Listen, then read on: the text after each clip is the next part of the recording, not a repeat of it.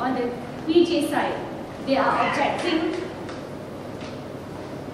for the development of 142 bungalows. But on this particular site, which affects the KL site, we're talking about 26 stories. 26 stories. I cannot stress how important it is for us to, combine our efforts to make sure this development is stopped, or at least the BKL takes notice. We're not against any development per se, but Bukit Gasing is the last remaining rindang in Kuala Lumpur. And, I mentioned the case, especially the case brought by PJ side against the BKL. I was disappointed that the mayor said, we're going to go fight all out, especially since the residents have brought it to court. They have sought legal recourse. But I mentioned this was after years of fighting, years of being ignored by the BKL. So it's not a matter of choice, just ignoring the BKL per se, trying to be disrespectful to the mayor. But he said because technically there are some outside the allocated space who are objecting to the plan. By virtue of that, the BKL can fight. Meaning if you live somewhere far away, not in a particular designated area, you don't have a right to object, which I think is faulty. But whatever it is, right now, the PJ side, they're fighting a legal tussle with the BKL. Okay? And last May, there was a special forum conducted by the BKL on the draft plan. Okay? We're supposed to invite some members of the public, not all, only selected members. I also went and I raised the issue.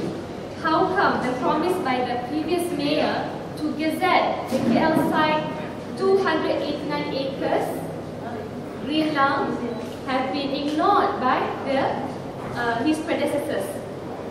The excuse given to me is only 130 acres, which is the only the amount belonging to the BKL, belonging to public land, will be gazetted. The rest, they cannot do anything about it because it belongs to YTL. He claims it's always been belonged to YTL, and there's nothing that the BKL can do. And 130 acres, I quote the same person that spoke to you, Derek. People should be thankful. It's a really huge chunk. I don't think it's a question of not being grateful or not being thankful, but we're talking about a very dangerous steep slope and 26 stories, which would be impossible in any case, not affecting everyone's lives, regardless whether they're well above the income level or lower poverty line. The issue is it brings about a lot of questions of hazard, etc. Now, I will bring up this objection with the mayor, but there's so many questions unanswered. Of course, the Sun published just on the 20th of July, which yesterday, that the mayor stated he was shocked that the notice board was put up without his knowledge. This notice board, which is rather small actually, it's quite small, and we had to use special camera to take a clear picture. Not a special one, just a clear one. So basically, it doesn't state who are the developer, okay? It's not clear here. Just that it said that membina 2 blok kondominium, 26 tingkat, 408 unit dan villa berkembar dengan kemudahan penduduk di atas kampung Kerinci. Okay. And of course, as Derek pointed out, is advertised in NST and Utusan Malaysia, our favourite mainstream media. And semua pemilik berdampingan, trick word here, meaning those only affected, yang ingin membantah terhadap cadangan ini boleh berhubung dengan Jabatan Perancangan Bandar dan tarikh akhir 12 Ogos.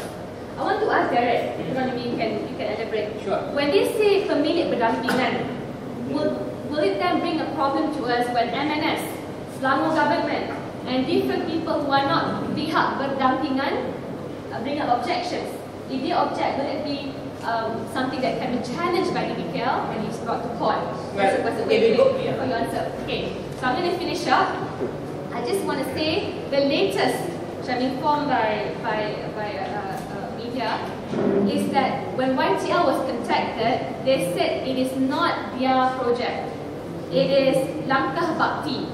But this contradicts the statement made by BBKL to me, which stated YTL will proceed with their project. But don't worry, YB. Don't worry, people of Bukit Gasing.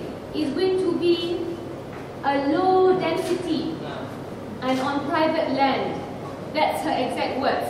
And when I pressed further, she said 130 acres, which I passed on to Gary Yeo here, the hero for Bukit Gasing on the PJ side, among many others. So I'm going to see the mayor on the 22nd of May.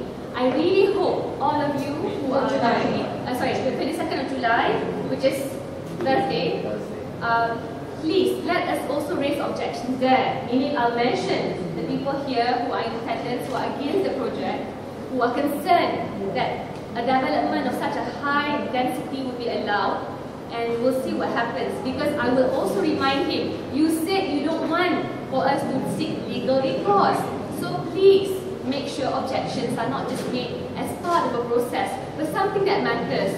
And as Derek pointed out, one key issue. If in the PJ side, even Toyo at the time, gazetted, PR gazetted, here actually Tan Sri Muhammad Tai. Oh sorry, the more better.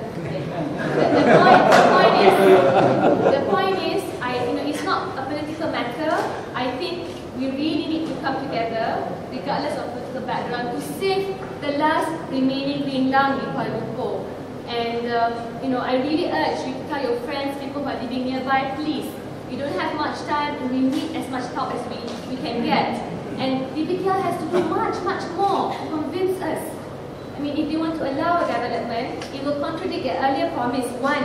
And secondly, I don't think there's any guarantee after the previous landslides, the background and history of Bukit Gasing, that it can be a development that will be safe for everyone. And we remember what happened in Bukit Antarabangsa and in Medan Damansara. I mean, KL soil, I don't think it'll differ that much, from here compared to Medan Damansara. And we don't have much time. This is the best time to actually make a mark, make a difference, and stop the development. So with that, I'll ask Derek to explain to us, because I don't want us to do something that will again bite us in the end. Thanks, everyone.